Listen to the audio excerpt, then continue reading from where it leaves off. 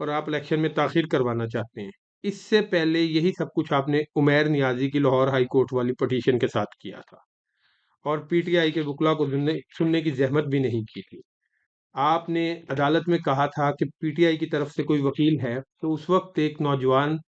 خاتون مشال یوسف زئی آئیں اور انہوں نے کہا جی کہ میں یعنی کہ جو ہے بات کرنا چاہتی ہوں، تو آپ نے ان کی شدید بے عزتی کی۔ یہ بھی نہیں سوچا کہ وہ ایک خاتون ہے، لیکن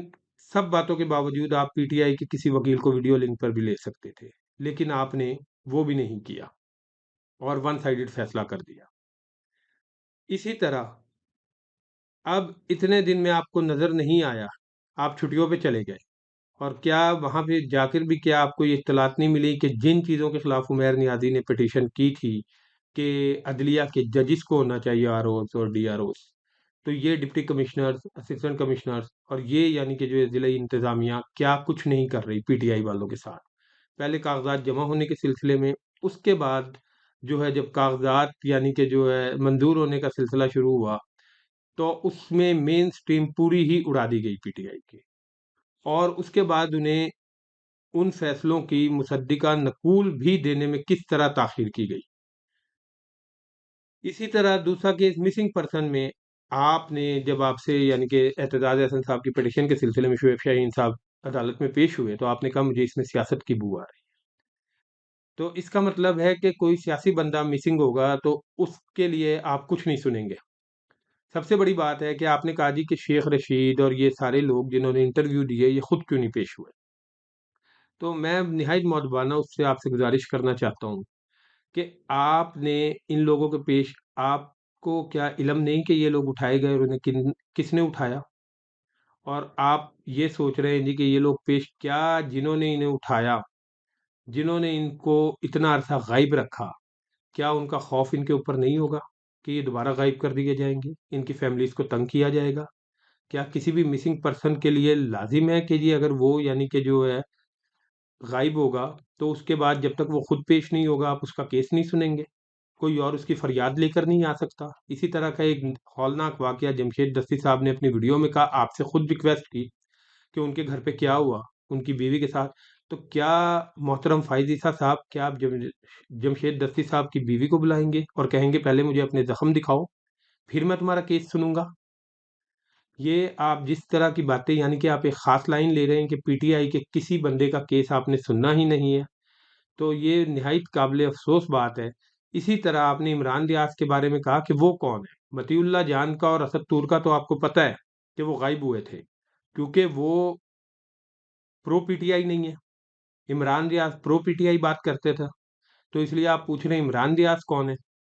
یعنی کہ پوری، میرا خیال ہے پاکستان میں کوئی ایسا شخص نہیں ہوگا جو ٹی وی دیکھتا ہو، یوٹیوب دیکھتا ہو، کہ اسے جو ہے کیا نام ہے عمران ریاض کا نہ پتا ہو،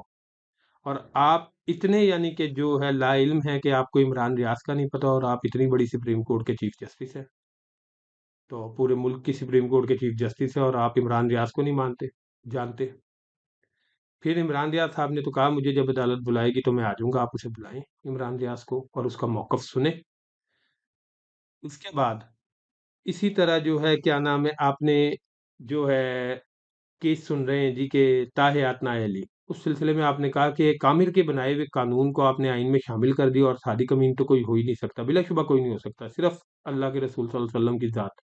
جو ہے کیا نام ہے، اور انبیاء صادق اور امین کا درجہ رکھتے تھے، اور یہ اس طرح کے لقب ہے کہ ان کے بعد آنے والے صحابہ نے بھی یہ استعمال کیا، اور آپ نے وکیلوں کو کہا کہ آپ کیوں کسی عامر کا نام لیتے ہوئے ڈرتے ہیں، یعنی کہ جو ضیاء الحق کا نام لینے سے کیوں ڈرتے ہیں؟ تو میں قاضی صاحب آپ سے نہایت مؤدبانہ انداز میں یہ پوچھنا چاہتا ہوں کہ وہ لوگ تو ڈر رہے ہیں، آپ کیوں ڈر رہے ہیں آج کی کسی اسٹیبلشمنٹ کا نام لینے سے؟ کہ آج جو کچھ ہو رہا ہے اس کے پیچھے کون ہے؟ آپ تو سپریم کورٹ کے چیف جسٹس ہیں، آپ نام لیں، اور آپ کیوں نہیں کہہ رہے کہ زیادتی ہو رہی ہے لوگوں کے ساتھ؟ اور کیا جو ڈی آر اوز اور آر اوز یہ لوگ کر رہے ہیں، کیا آپ کو اپنے اس فیصلے پہ نظر ثانی نہیں کرنی چاہیے کہ جی عدالتوں کے جج ہونے چاہیے R Os D R Os کہ یہی لوگ الیکشن کروائیں گے جو روز 3 ایم پی او دیتے ہیں اور روز کسی نہ کسی بندے کو اٹھاتے ہیں، فریادیں آپ کی عدالتوں تک پہنچتی ہیں لیکن آپ سننا گوارا نہیں کرتے؟ نواز شریف کا کیس آپ فرسٹ پریورٹی پہ سن رہے ہیں،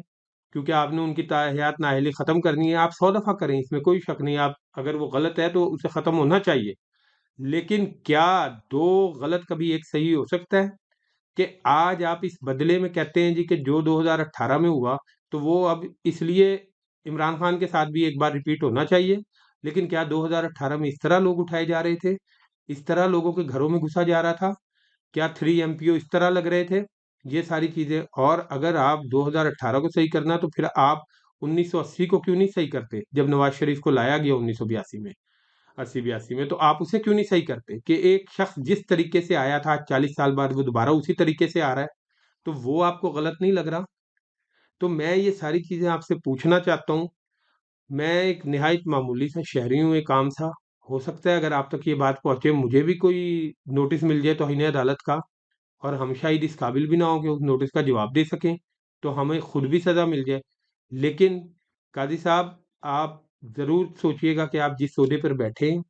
کیا آپ کو اتنا پرسنل ہونا جائز ہے؟ آپ نے آج سماعت کے دوران سردار لطیف خسرو کو کہا کہ سردار وغیرہ لگانا بند کریں، اور جو ہے یہ یعنی کہ آپ لوگوں کے ناموں تک پر جو ہے اعتراض کر رہے ہیں، اگر کوئی اپنے نام کے ساتھ سردار لگاتا ہے، کوئی اگر اسی وقت جواب میں آپ کو کہتا کہ آپ یہ قاضی لگانا بند کریں، بعد میں جب جو آئیں گے وہ فیصلہ کریں گے کہ آپ نے قاضی کے منصب پر بیٹھ کر صحیح فیصلے کیے تھے، تو وہ آپ کے نام کے ساتھ قاضی لگا دیں گے۔ تو قاضی فائز عیسیٰ صاحب، اسی طرح آپ کو یہ تو نظر آیا کہ جو عمیر نیازی نے پٹیشن کی تو آپ کی عدالت کی توہین کی، اطہر من اللہ صاحب نے ایک فیصلہ دیا سائفر کے سلسلے میں، اس میں انہوں نے عمران خان کو معصوم کہہ دیا، تو اس پر جو نون لیگ نے کہا وہ کیا سپریم کورٹ کی توہین نہیں تھی؟ یا صرف آپ جج ہیں، آپ چیف جسٹس ہیں، آپ کے فیصلوں کی توہین توہین ہے، اور کسی اور جج کے فیصلے کی توہین توہین نہیں؟ پشاور ہائی کورٹ نے اگر ایک سٹے دے دیا پی ٹی آئی کو بلے کے نشان کے سلسلے میں، جبکہ اس کی ابھی حتمی سماعت ہونی تھی، صرف ایک سٹے تھا، تو اس کے سلسلے میں بھی آپ نے ریمارکس دیے، جو ہے کیا نام ہے، انہوں نے نون لیگ والوں نے ریمارکس دیے، کیا وہ توہین نہیں تھی عدالت کی؟ جج صرف ایک سپریم کورٹ کا چیف جسٹس یا جو نون لیگ کے حق میں فیصلہ دے گا، جو نون لیگ کی بات کرے گا، وہ جج ٹھیک ہے، جو باقی سب ہیں وہ غلط ہیں؟ تو قاضی فائز عیسیٰ صاحب، اور بہت سے کویسچنز ہیں اور بہت سی چیزیں ہیں جس کے بارے میں آپ سے سوال کرنا چاہتا ہوں، لیکن ویڈیو لمبی ہو رہی ہے، تو ابھی کے لیے اتنا ہی ہے۔ اگر آپ تک یہ ویڈیو پہنچے تو ضرور اس کا جواب دیجیے گا، اور یہ ضرور سوچئے گا کہ اس الیکشن میں جس طریقے سے پی ٹی آئی کو باہر کیا جا رہا ہے اس میں آپ کا کتنا کردار ہے۔ اور آخر میں ایک بات اور کہوں گا کہ ہم امید یہی رکھتے ہیں کہ آپ مولوی مشتاق کا کردار نہیں نبھائیں گے اور مولوی مشتاق نہیں بنیں گے، کیونکہ ہم نے آپ کی بہت اچھی ریپیوٹ سنی تھی، اور یہی امید رکھتے ہیں کہ آپ اسی پہ کاربن رہیں گے۔ تو جس طرح آپ نے شیریں مزاری کو، ایک بات رہ گئی، شیریں مزاری کو آپ نے کہا کہ جی جو اپنے بل کی حفاظت نہیں کر سکی اسے استعفیٰ دے دینا چاہیے، تو آپ نے جو فیض حمید صاحب کو عدالت میں بلایا تھا وہ آئے نہیں، انہوں نے آپ کے دوسرا نوٹس بھی جو وزارت دفاع کے تھرو بھی دیا گیا اس میں بھی نہیں آئے وہ، اب کیا آپ کا حکم نہ مانے تو آپ کو استعفیٰ نہیں دے دینا چاہیے؟ ان چیزوں کو ضرور سوچئے گا کہ کیا آپ کا پرسنل ہونا بنتا ہے کہ نہیں۔ بہت شکریہ، اللہ حافظ۔